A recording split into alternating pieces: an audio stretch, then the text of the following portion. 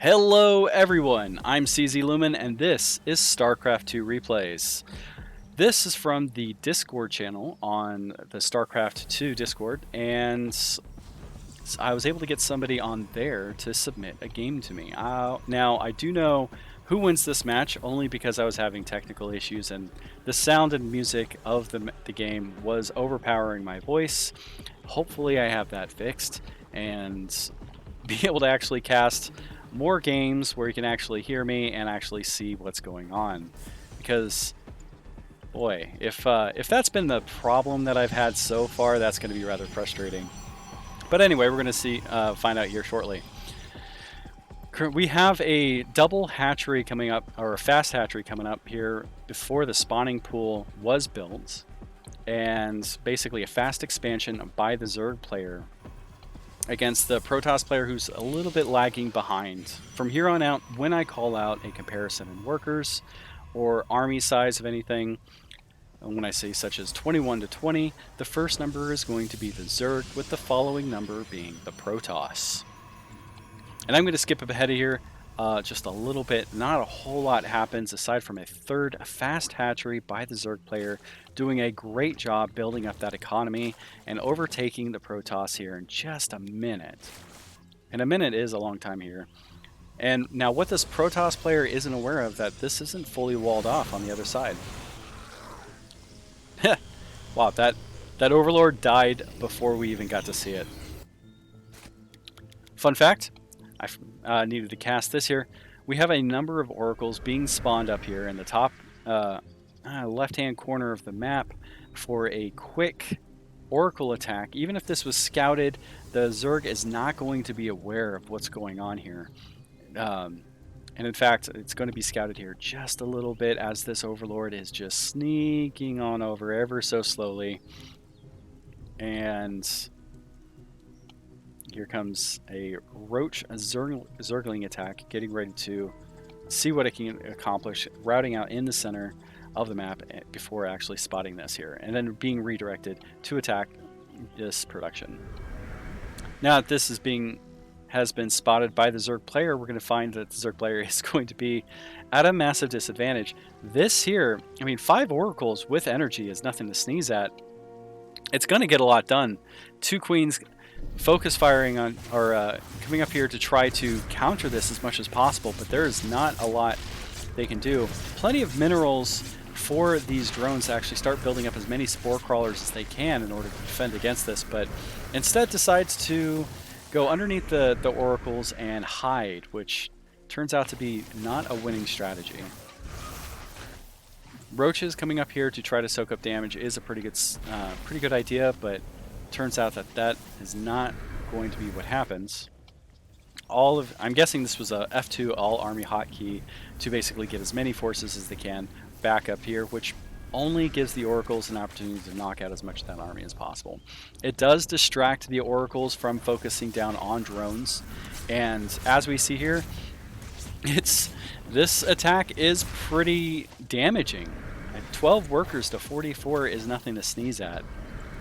With spore crawlers now coming up in the back of only one of these bases here, two spore crawlers, those oracles get to go home, and Protoss gets to enjoy a rather hefty lead against the Zerg. With 3 bases getting ready to start mining, this is a lead that the Protoss here can really capitalize on, and a pretty diverse force of Zealots and Stalkers. However, we're about to see a little bit of a clash. Zerglings and Roaches passing up in the center. They might get a good surround here. We're going to find out. I want you to make a guess as to how effective this is going to be. We have a number of Roaches. Looks like 25 Roaches versus half a dozen Zerglings going up against. Looks like 5 Zealots. We have 7 Zealots on the board with several Stalkers. I'm going to enjoy this little fight here. I'm going to zoom in just a little bit. Zealots moving in to soak up as much damage as possible. Delayed reaction by the Protoss player. Protoss is busy doing something else apparently. Zerglings getting a good surround on those Stalkers, with the Roaches cleaning up quite nicely. An army supply of 52 to 33. Protoss does have the resources to start building and does a smart maneuver here to try and force the roaches to trickle in and just not be able to get any kind of meaningful attack against the roaches, with only just a few being able to attack even just the pylons here. Not what you want as the Zerg player, to get trickled in like this. Moving in completely and taking in those hits in order to then come in and start attacking would have been a wiser choice. But, and this right here, Zerglings coming in, there's no wall off. The Zerglings could have come in here and really just obliterated all these probes, but that was a missed opportunity by the Zerg player. Protoss successfully fighting back the Zerg and getting those roaches to run away as fast as possible here. Zerglings are amassing up in the Zerg base. However, the Zerg has managed to start pumping out as many drones as it possibly can with 4 bases. This is a great move by the Zerg to be able to recover as much as possible. I've never this is one of the few games that I see just a massive comeback by one force, and this is just incredible. Protoss has all of the advantage, lots of money in the bank, and even harassing a little bit with the oracles to keep the Zerg on the defensive just slightly, but not really doing a whole lot with it. Oracles just chilling here, observing this base that has just this lone worker. It's going to take about a little over 40 seconds for this drone to pay for itself. It takes drones and workers on an optimal pathing are going to bring in 40 minerals per minute. So, and they cost 50 minerals each. So I think it's a little over a minute before they pay for themselves. So for the first minute, they're just an investment. Then after that, they start paying. But that's not including the hatchery, which, you know, that's 300 right there. So depending on how many drones you have, it takes a little bit of time for that to start paying for itself. Good group of forces here: roaches, hydralisks, and Zerglings. Going to have some drones here rally up and then decide to go. What's happening with that? Why did some drones? Okay, never mind. We're just going to ignore that. Protoss amassing a force just to the just south left of this base here. Not attacking, not really doing anything with it, just building up a good economy, not doing any kind of research, which is a little bit of a missed opportunity. Archons being spawned here, which is great against balled up units, as these guys have a good AoE damage, as we're about to see, possibly. Zerglings coming in, attacking the center, trying to knock down these rocks to increase their mobility on the map. Protoss, on the other hand, deciding to continue to amass up and just wait. Pew, pew, pew. A little bit of attacks. I guess just leave the rocks for now. No? Do they actually destroy the rocks? Protoss decides to keep the... Oh, this is a brilliant move. Protoss puts down a stasis ward to stop reinforcements from coming in and attacking this, knowing full well that Zerg are going to come in and make a counterattack as much as possible. Archons set up just slightly ahead of the Protoss units. I don't know if this is intentional, but the Stalkers being back here is great. We have Zealots back here, basically creating a wall of defense against the Zerglings to protect the Stalkers, which are good ranged units. So we're about to see this fight coming down. Zerglings getting stasis warded, some free hits by the Protoss against the Zerg. Zerg trying to figure out how to properly approach this, creating a good wall off here with Zerglings and Hydralisks met with drones, probably to add, I guess, a little bit of act as a bullet sponge. But after shooing off the Protoss, they decide to back off and just relax here for just a moment and catch a breather. Worker supply, by the way, is 49 to 52. Zerg is catching up. This entire time, Zerg was behind. They were down to 12 workers with Protoss having full map control, full base control, building up these bases. We have 5 Stargates on the, or not just on the production, but ready to go. Zerglings coming in for a counterattack. The reason why this is a great move is because Zerg is causing the Protoss to take all of their attention and now focus on defending this. And in fact, we're about to see a recall. Even if this didn't get a whole lot done, just killing one drone, it caused that recall to get on cooldown.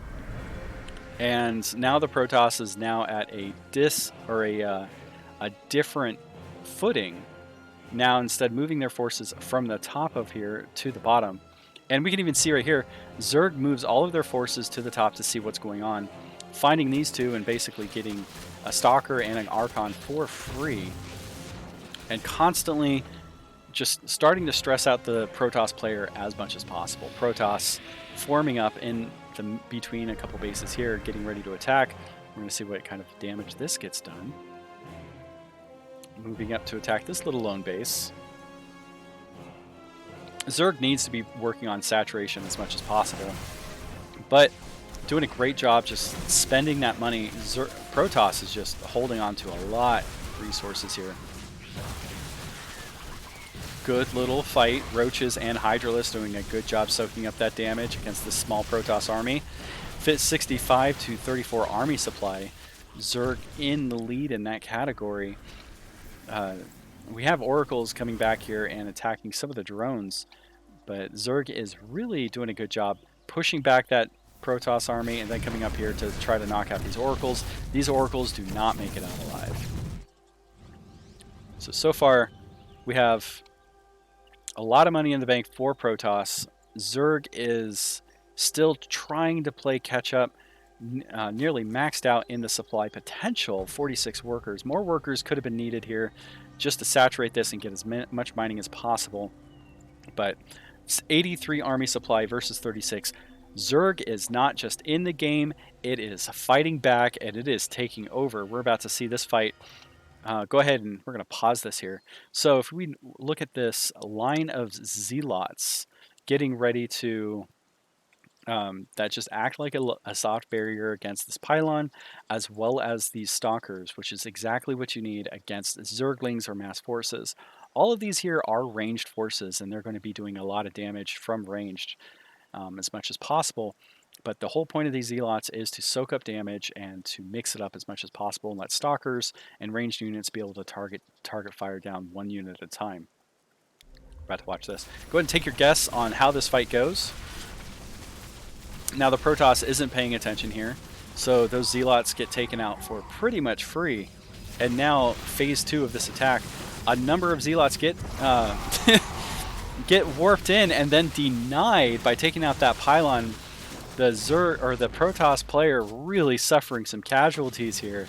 Not even like, or spending money getting those Zealots on the field only for them to get lost. Now playing catch up, playing on the defensive side, setting down photon cannons and a number of Zealots. He has, Protoss player has the gateways to really just start pumping these units out, but just refuses to. Just as well as the forges have been built, just not worked on.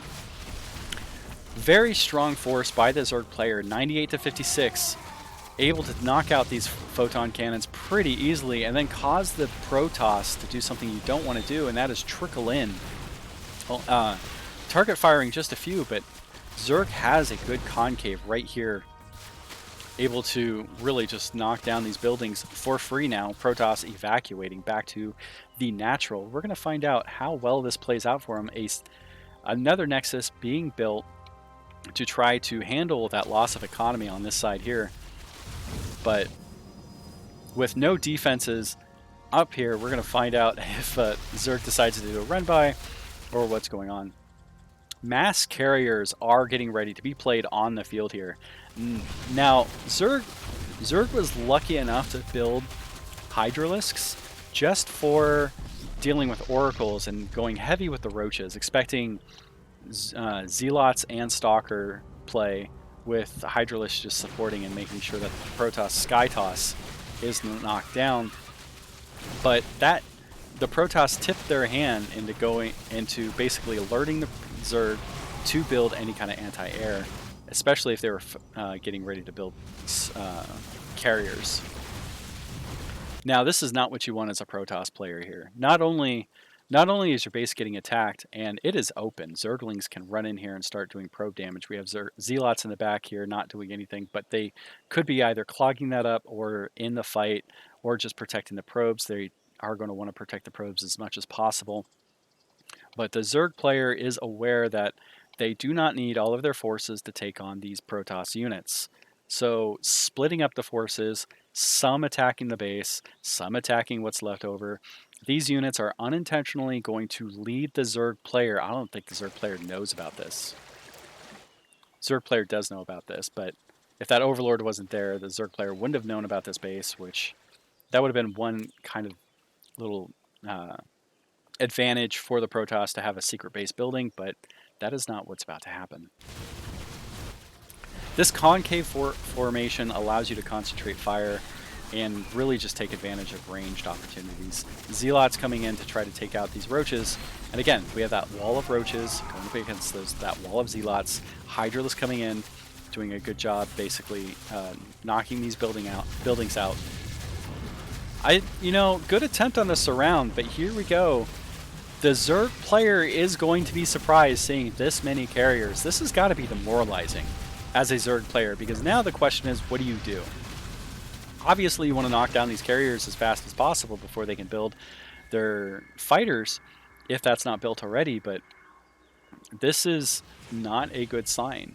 If you are the Zerg player, though, and you see this, you know for a fact that Protoss not only is now back to 2 bases at maximum, if there's nothing else on the map, but also mining out those bases. There's not a lot of economy here for the Protoss player.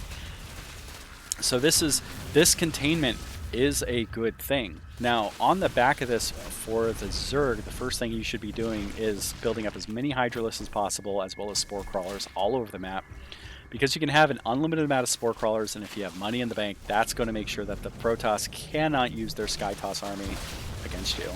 Smart move on the Zerg player to knock down as many of the forces as possible, knocking out that production, knocking out those pylons. If enough of these pylons can get knocked down, that means that more reinforcements can't be called in. Hydralisks do get focus fired and knocked down, so this is basically a suicide fight for the Zergling and Roaches, which is honestly a good thing. Now, if Burrow was researched, these Roaches could be doing a lot of annoying fights by just by ducking in and causing the Protoss to constantly have to fight regenerated Roaches. And now Burrow isn't researched, and that would have kept the carriers at home to constantly have to deal with that until they got a probe out. And if there's no way they can build a probe or any kind of detection, that annoyance would act like a psychological effect. Even having a couple Roaches back here just pop up and start attacking would cause this Protoss player to be stressed and try to have to like search this whole area looking for that. But that's okay. Zerg player is doing a hell of a job knocking down the Protoss and making sure that their losses are even higher, which is just a phenomenal work here. And now we have Protoss having to rebuild, not from scratch, but pretty darn close, pylons and everything else. Carrier fleet coming over here to bother this one poor queen. I can just imagine just like trying to work on the larvae, and then this happens. Now, these Zerglings aren't helping here. Attack moving the Zerglings toward the Protoss would have been a better use of these Zerglings overall. If you are F2 all army hotkeying, this is going to be working against you. Just build Zerglings and just throw them at the enemy base, and that's going to stress them out and cause them to have to build photon cannons and a whole lot of other things in order to defend here. Even if they're building carriers, that's going to divide their forces to constantly have a defensive force and be stressed about defending their base while dealing with whatever is going on over here, especially since you have so many Hydralisks. Recall occurring. Now we have the Protoss carrier fleet basically trying to figure out what to do with itself. I don't think the Protoss knows what to do at this point. He has money in the bank to build defensive structures, shield batteries, any number of things, but just It doesn't. Carrier's moving up north to figure out what it can do, probably to attack up here if possible. Now, this is something for the Zerg player. Having all of your Hydralisks in one area, especially down here, will make it difficult to move those forces wherever you need. So when your forces aren't in use, unless you know there's an attack of some sort coming on, uh, happening, try to keep them in the center of your mobility. So like right here, especially if you can get that creep highway going, is going to be your friend, because then you can respond to attacks appropriately. Zerglings coming in, and I believe this is what breaks the backbone of the Protoss. And again, great move here, just sending the Zerglings in to harass and do as much damage as possible. Protoss, as soon as they noticed that those Zerglings attacked, went back on the defensive and is now like going back here to try to clean up the Zerglings. But whatever the Protoss is thinking, they know it's too late, and this is it. So good game for both players. Good back and forth. Good job on the Zerg for coming up with counterplay, as well as really keeping the Protoss on the defensive constantly. And also, bravo for coming back from that. 12 workers to like 40 and just bouncing back. Amazing job. Far better than I would have done, that's for sure.